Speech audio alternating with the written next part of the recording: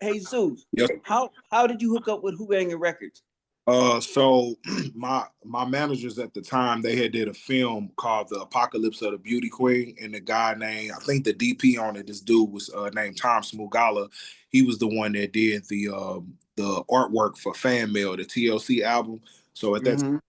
T Boz and Mac was still married.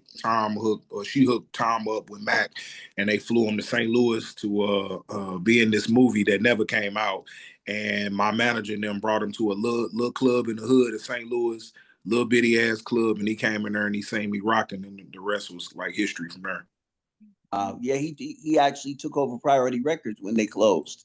Yeah, I remember yeah, that. Okay, he had CJ Mack also. I yep, think he had yep. signed DJ Mack. That's right. Okay. What year was that they closed?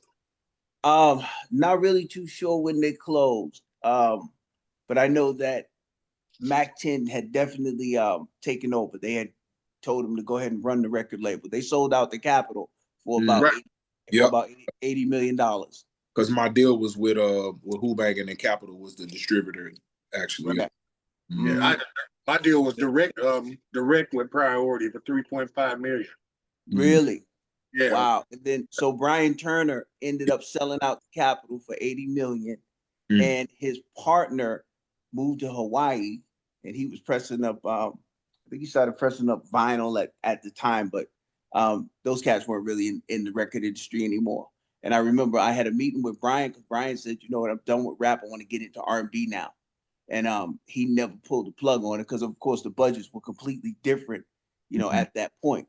Hmm. But um, but yeah, Brian Turner definitely made a mark for himself in the business. And like I said, they left everything over to Mac 10. Yeah, I met with Brian Turner. That was pretty cool, man. I had that meeting with him and try to pitch what I Yeah, was. you So you that, you know what, you were meeting with an icon. yeah, for sure. You I know what I'm want. saying? The only thing that they fumbled the bag on, and he will always tell people this, is Jay-Z.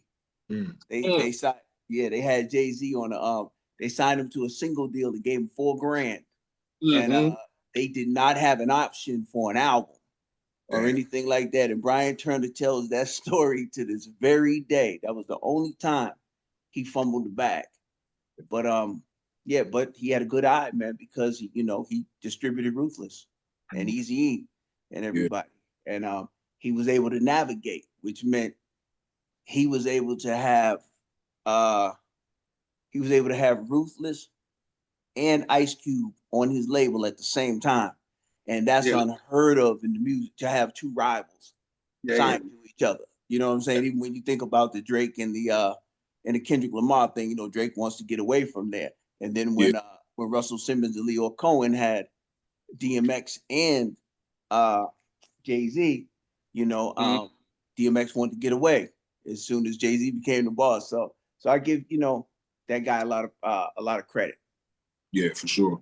Definitely. Definitely. Facts. Did you ever get radio on your single, or what happened? How did the relationship conclude? So that record like this that they actually put out was my song. It was on my very first album, and it's kind of funny to talk about this because I just show you how God works. Because I just posted about this today for Throwback Thursday. But the song like this was originally called Respect, so it was a record that was on my album. And then when Mac heard the song, he was like, "Nah, we want this song." So he kept me on the hook. Benny Boone shot the video. They added Nate Dogg to the hook.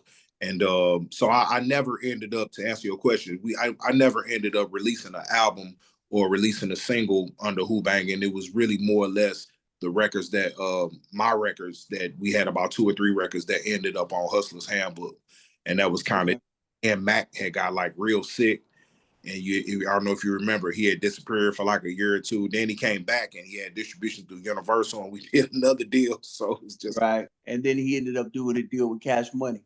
yeah, yeah. So much Yeah. to Big Bro, you know what I'm saying, for sure. But it was like my first industry lesson 1-on-1. But like I said, I used for Sopranos. It was synced in the movie Waist Deep. And the crazy part about it is, and most of those times that it got synced, they just used my voice just to, yeah, boom, and my hustler, yeah. So Okay. just kind of a cool situation. It didn't I was a baby in it. I ain't really know nothing, so I obviously probably didn't get what I was supposed to get. But that ain't no Mhm. my own fault for not knowing. You know what I mean? Yeah, and then Priority was a label that operated under independent standards. Yeah. Mhm. You know what I mean? Street promotion. You might as well say, am I right, Kelly? Like, Priority was probably one of the first labels that really sold records from street promotion. Yes, they did. They Right? had a lot of Yeah, grassroots.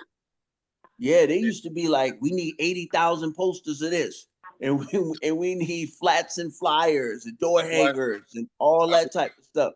Yeah, why so we had that deal. That's why we had the deal, because we came out swinging in '94. The Bay just they couldn't believe it. It was like, man, these niggas just came out and stomping everybody ass straight into the industry. Yeah. oh yeah, Yeah. definitely. And that's why Master P did his deal over there, because he wasn't Mhm. he wasn't highly regarded at radio at the Right. time. So Mhm. and he had to go with somebody that understood street promotion. Mm-hmm. And that's why his deal was best over there. And Yeah. then, when they broke Eflazagan, which was the Ruthless Records and all that Easy E stuff that never hit radio. And if it did, it only hit like independent radio or college radio. And Mhm. it would come out #1 in Billboard, and people would be like, damn, how the fuck is this happening? Exactly. Because That's what you get.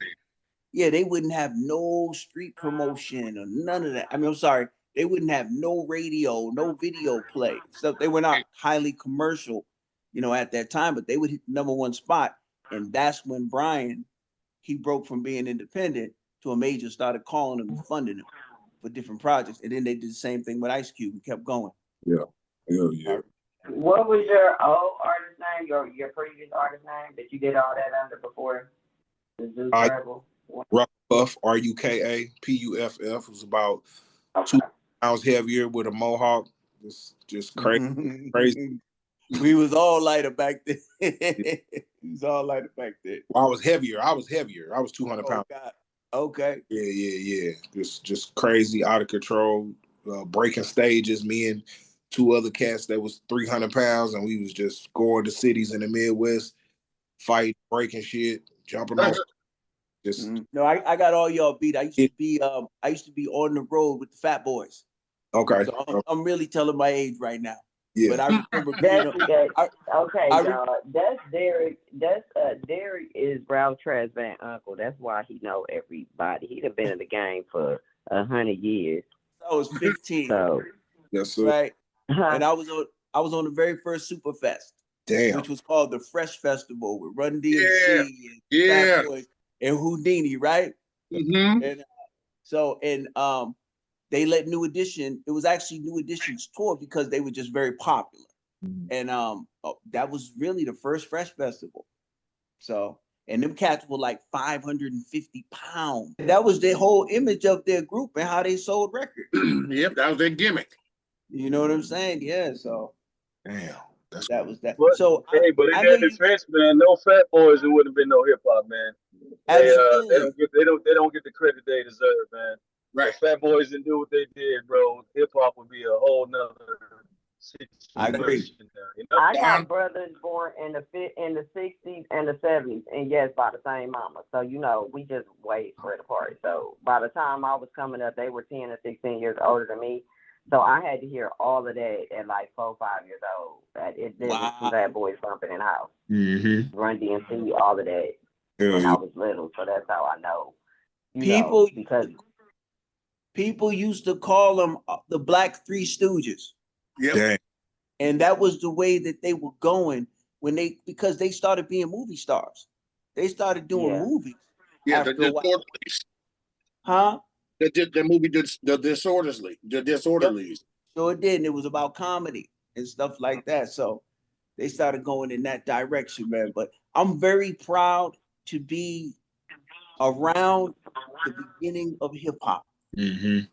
Very proud because it's something I can tell grandchildren, and I can conversate with anybody technically about it. Yeah. Cold Chillin' Productions with MC Shan and Big Daddy Kane and Biz Markie and all them type of people. You know what I mean? So yeah. Yeah, I was like 4 or 5 when it first cracked out. Mm-hmm. Wow. Mm-hmm. Amazing, man. not the 4, 5. Mm-hmm. I'm with you. I was You about telling your age like me. I think I was about 10 to 13. I was a big MC Shan fan. I was a big Biz Markie fan. Rest in peace, Biz, man. Right. And then used to be a rapper named Sparky D, female. Yes. I was a fan of her. I'm a fan of all the Roxannes, right? Yeah. So listen, when Oh, people yeah. when people talk about rival records and people going back and forth in battles, right? Of course, when I'm talking to kids that are like 15 or 16, I'm like, nah, y'all have no idea. There was a record named Roxanne that got so many responses, it was ridiculous. Mm-hmm. You remember Roxanne Shante, Roxanne? Oh my! Roxanne Shante is undefeated. Yeah, there must have been at least 10 different responses to that record. It was. Yeah.